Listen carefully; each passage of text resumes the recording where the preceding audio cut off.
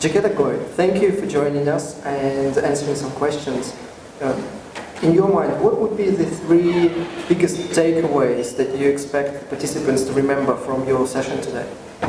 Okay, so in my session I'm going to be talking about risk criteria. Risk criteria are used in risk evaluation. And I don't think an awful lot of attention is paid to risk evaluation. You know, there's a lot of focus on assessment and techniques and all of that kind of stuff. So I guess from takeaways, I'd like people to think a bit more about how they evaluate risk in their own organizations. Then I'm going to talk about a particular technique that you can use, which I hope will resonate with some people. Because I always think when you come to a conference, you want to listen and hear and be inspired, and ideally you have something you can take back home and use.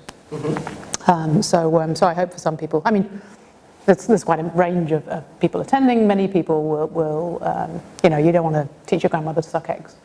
But I hope for some people it'll be a really useful kind of piece. And then the debate in risk assessment, risk evaluation that I've had with many risk management colleagues is whether a qualitative assessment process, an evaluation process, has any value. Mm-hmm. Or whether it should all be about the dollar sign. So I guess that's the other thing I'd like to have people to think about in terms of when they evaluate risk, are they looking at it in the whole? Yeah. And given that the sort of the definition of risk in the ISO 31000 is the effect of uncertainty on objectives, what should risks be evaluated against? Your objectives. The impact it has on objectives, or how would you phrase it? Yeah, pretty much. Yeah. So you know, if you're using a consequence framework, that those consequences really are about your objectives. Now, one of the things that can be interesting in some organisations is that you know, sometimes those objectives are stated really well, and you can just pick them up and run with them, and that's easy. Some organisations, you know, they have great mission statements and vision, but it's not really very practical, and how do you turn that into something real? Yeah.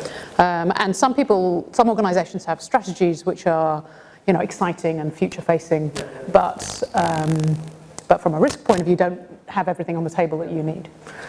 So that I think is a challenge for risk managers, is to say, well, these might be our written objectives, but are there other implicit objectives that we can surface and talk about? So again, I think the approach that I advocate helps with that. Now this next one is a super provocative question. Okay. Should companies strive towards having a sort of a single set of criteria for evaluating different types of risks, or should companies have different criteria for different types of risks that are all eventually linked to objectives, but different objectives are different sort of... So I think I'm quite a grey operating area person, I suppose. I like sort of practicalities. So I've mostly worked in fairly medium-sized organisations, you know, maybe a couple of thousand employees, a few locations. And there I would advocate for one high-level, corporately owned, enterprise-wide criteria. Mm-hmm. For all of the more substantive risks. Obviously, you know, at a task level, you know, for example, if you're assessing the health and safety, I work in a university, so the health and safety risks associated with a field trip. Mm-hmm. You're not going to be, if you use the overall one, nothing will score. Mm-hmm. So you have to have a way of having specific criteria for specific things, but you need to make sure that they're aligned and feed up to the main ones, mm-hmm. so that you don't have a clash, because otherwise you can have a situation where, you know, risk assessments are going on all over the place, red lights are flashing all over the place, and none of them mean anything at all. So making sure that there's something that works, and in 31000 terms, you know, that it's tailored and aligned and works and fits with how the culture works. Yeah, so, exactly.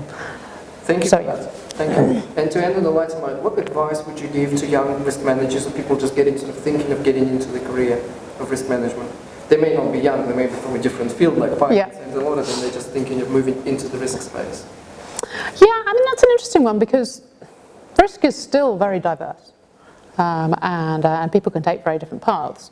So I would say, risk management is an interesting and fun world to be in, because at an organisational level, you get to hear about all sorts of things.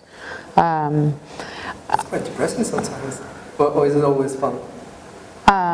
Because you hear all the things, good and bad. Yeah, I mean, so I originally came from quality, which I guess was more positive. But again, one of the things that's nice about 31000 is it says that your risk system doesn't have to be about bad stuff. Mm-hmm. It can be about the uncertainty of good stuff too. So you should be involved. Yeah, you should be involved with all the new initiatives. So you should see a lot of stuff that's exciting and good. That's true. Of course, you may also facilitate things that didn't go so well, and my background is in healthcare, and sometimes when we're doing root cause analysis, people were very upset. Something bad had happened, and so trying to make those sorts of processes kind of cathartic rather than blaming is obviously a challenge. But every time you see positive change, that's pretty cool to be part of. And risk management has a potential to really make a huge impact on how people think about uncertainty, on how organizations operate in terms of how business processes work. Yeah, and I mean, fundamentally, it's one of those runs around how do you get organisations to listen to each other? So it should be very empowering. I think the problem is when it doesn't work, it is absolutely the opposite. So you can feel like you're the Cassandra, the lone voice in the wilderness. And I think, certainly if you look at some of the kind of corporate failures, you can usually find that person. So I suppose it's one of those ones where what advice would I give? I'd say when you look at organisations to join, be really careful that they are really wanting to manage risk and not wanting to tick the box that says we manage risk. That's very good advice. Thank you for that. Thank you very much for taking the time. You're very welcome. Thanks. Thank you.